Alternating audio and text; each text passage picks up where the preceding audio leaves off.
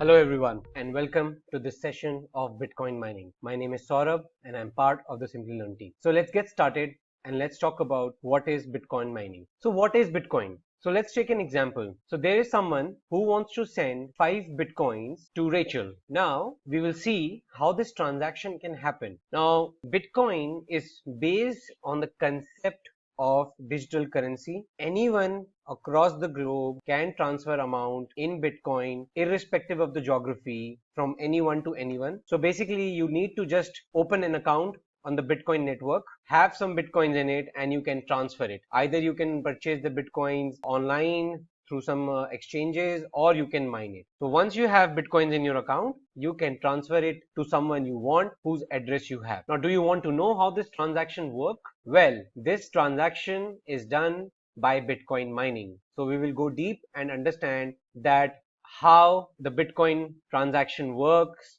what all entities are involved behind the scenes in order to maintain the sanity of the Bitcoin network and make sure that whomever you wanted the Bitcoin to reach to has reached and there is no loss of Bitcoin in the network and it is a successful transaction. So let's understand certain basics. So what's in it for us today? We need to know what is Bitcoin. We will understand the underlying technology, blockchain. So we will talk about that. Then we will see what are the advantages of Bitcoin as compared to other digital currencies and other digital technologies. Then we will go into the concepts of Bitcoin mining. Then what is Bitcoin mining? And we will do a demo on certain aspects of Bitcoin mining. Now, what is Bitcoin? Bitcoin is the first decentralized digital currency that allows users to transfer money peer-to-peer without any intermediaries like banks, governments, agents, brokers. Nothing is involved, and all this is done using blockchain technology. So as we saw in our previous example, two parties wants to exchange money, transfer money, they don't need an intermediary. Now Bitcoin can be used for online purchases, e-commerce transactions, it can be used as an investment instrument, and it can be primarily used for payments to buy goods and services. Now, it was created in 2009. It came into existence by a person or a group of people called Satoshi Nakamoto. Now, Bitcoin helps transferring of assets faster than regular fiat currencies. It has definitely lower transaction fees because as it has removed the intermediaries from between, the cost of transaction also goes down, and it is cryptographically secure. It uses cryptography infrastructure, and thereby the identities of the sender and the receiver are also secure, and the entire transaction is cryptographically signed. And the users information who are doing the transactions or are part of the network is also hidden and secure. Now, what are the advantages of Bitcoin? So it allows fast and quick peer-to-peer transactions. It is impossible to counterfeit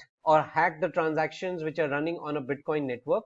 And it's an overall decentralized process. There is no centralized body which is controlling the transactions or charging a fees in order to validate the transaction. It is the participants in the decentralized network who are taking care of the sanity of the network, thereby making sure that the overall transaction cost is low. All the information is accessible to public. It is available publicly on a public ledger. Anyone can go and view the transactions and the volume of the transactions happening on the Bitcoin network. And it is a low fee transaction. It is comparatively low to other mediums and channels through which today digital transactions are made. Now, what is blockchain? So Bitcoin runs on the underlying technology of blockchain. Blockchain is a public distributed ledger in which transactions made in Bitcoins or any other digital currency are recorded in a chronological order. So let's see certain features. It is cryptographically secure, signed using your private key and then shared on the network with the public key. It is immutable.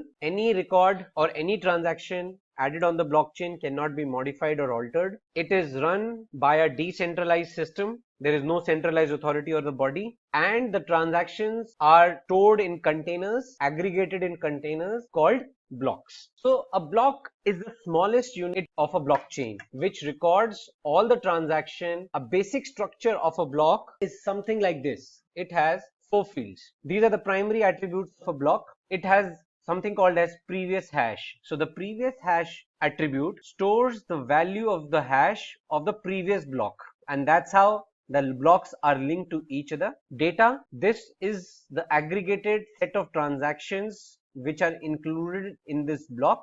So these are the set of transactions which were mined and validated and included in the block. Nonce. So in proof of work consensus algorithm, which is used in Bitcoin, nonce is a random value which is used to vary the output of the hash value. So every block is supposed to generate a hash value, and nonce is the parameter which is used to generate that hash value. And the proof of work is the process of transaction verification done in blockchain. Now hash is the resultant hash value obtained by passing the previous hash value, the data and the nonce through the SHA-256 algorithm to generate the hash of this block. So this is the digital signature of the block which is generated, and this is the basically identity of this block.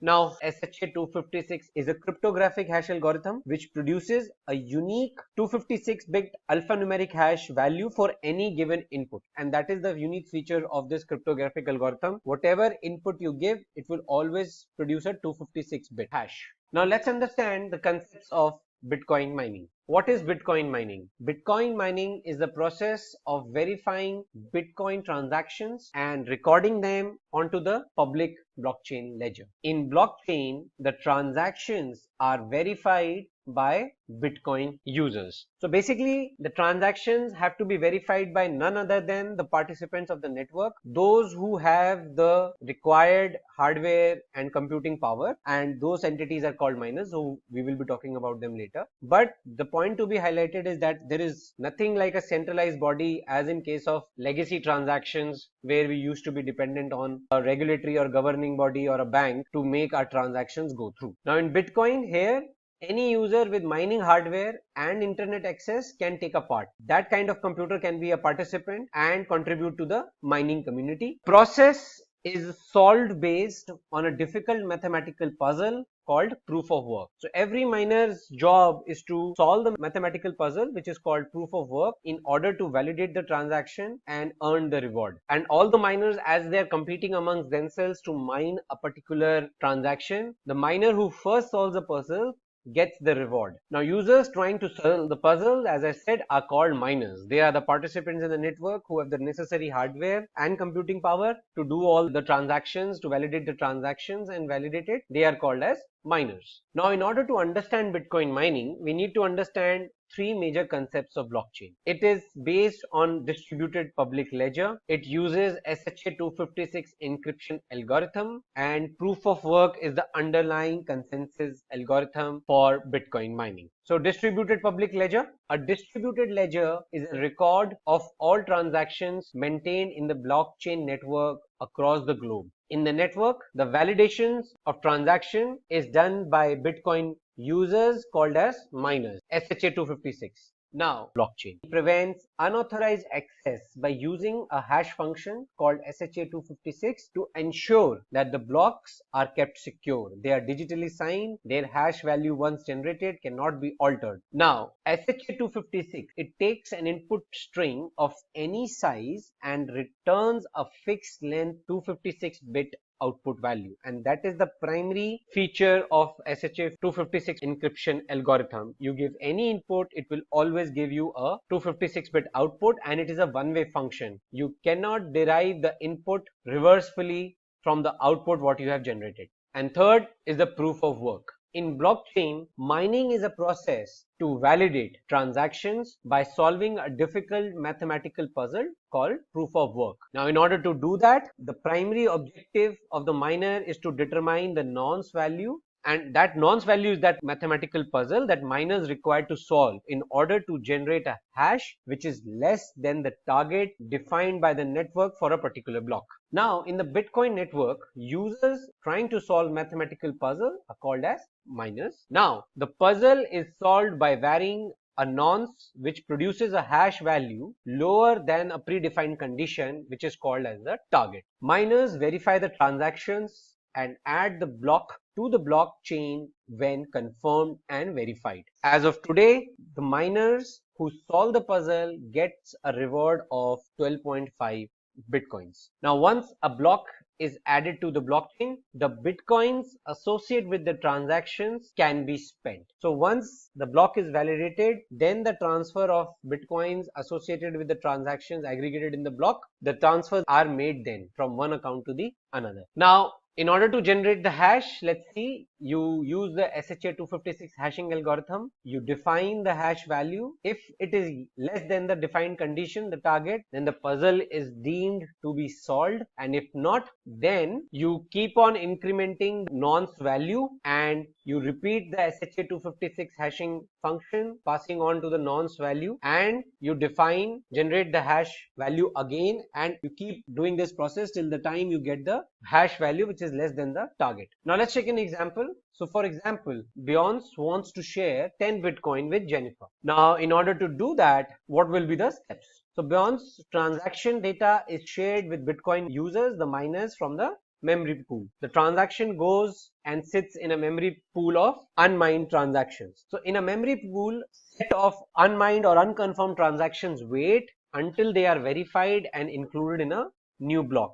They remain in that unconfirmed transaction pool. Now miners competing to validate the transaction using proof of work, they keep on continuously polling the unconfirmed transaction pool. They pick up those transactions and start validating those transactions. They aggregate in a data block and start validating. They start solving the puzzle. The miner who solves the puzzle first shares his result across the other nodes, the other set of miners. Now, once the block is being verified, the nonce has been generated, then the nodes will start granting their approval. If maximum nodes grant their approval, the block becomes valid and is added to the blockchain. Now simultaneously, the miner who has solved the puzzle will also receive the reward in the meanwhile, which will be of 12.5 Bitcoin, which as of today stands at 98k around dollars. Now the Bitcoins, the 10 BTC for which the transaction was initiated, now will get triggered and will get transferred from Beyonce to Jennifer. Now let's take a look at certain facts. In proof of work, a predefined condition, the target,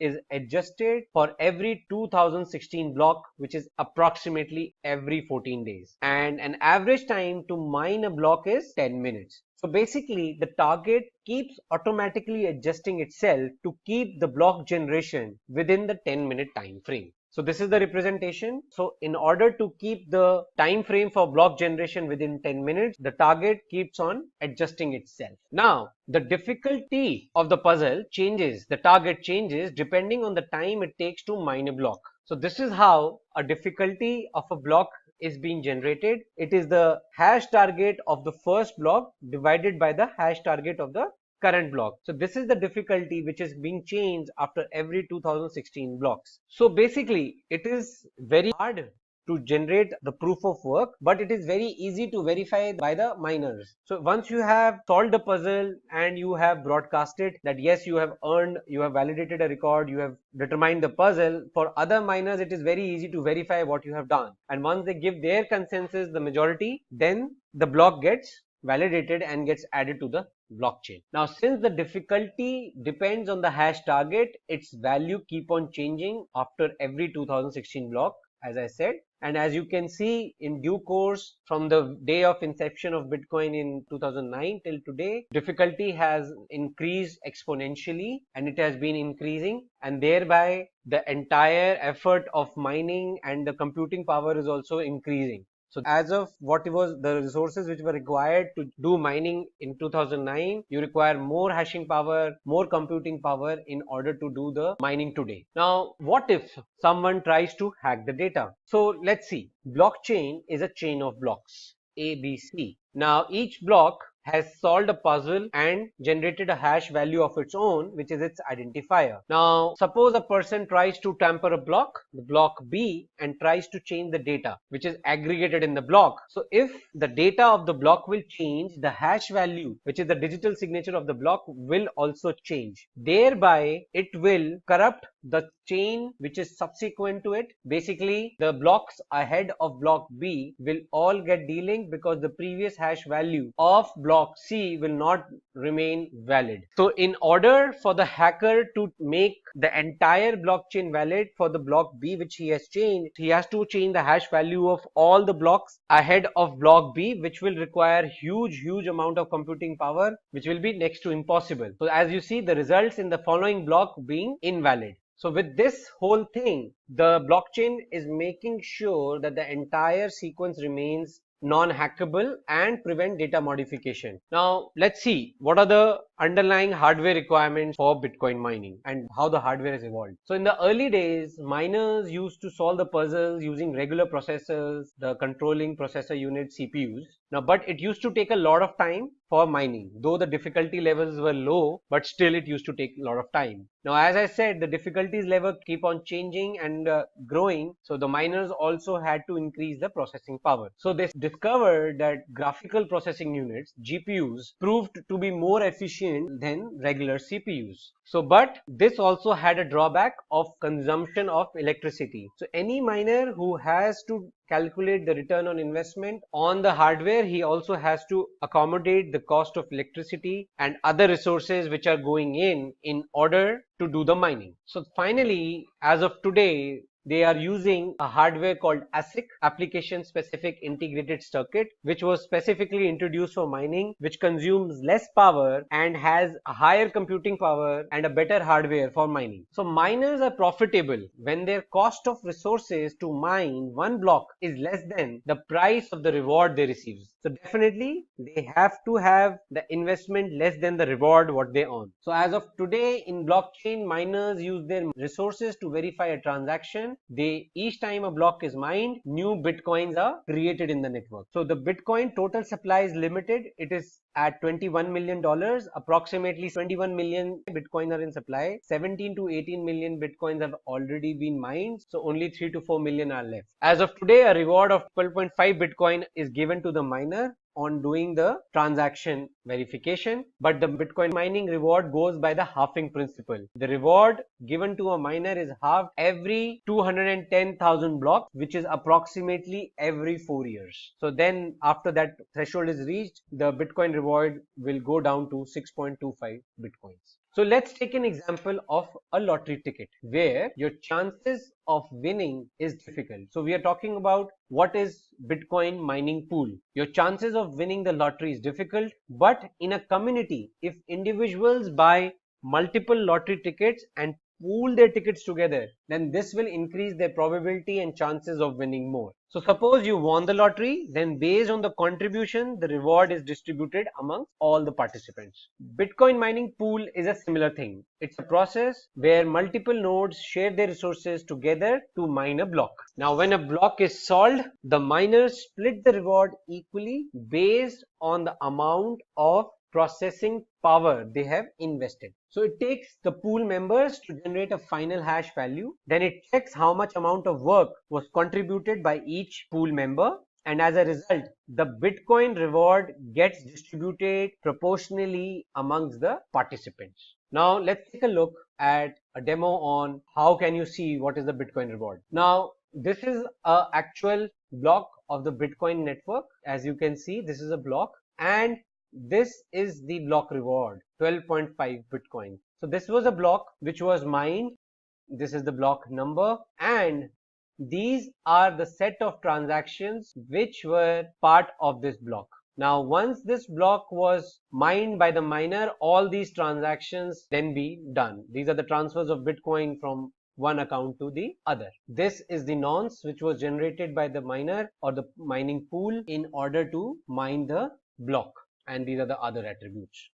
And if you take a look at this URL, this is an example of a mining pool. It's a demo account where the participants have shared their mining resources and they are mining it in a pool. And see, this is the reward for which they are mining. This is the unconfirmed reward. This is the confirmed reward. This is what they have already validated and this is what they have earned so far.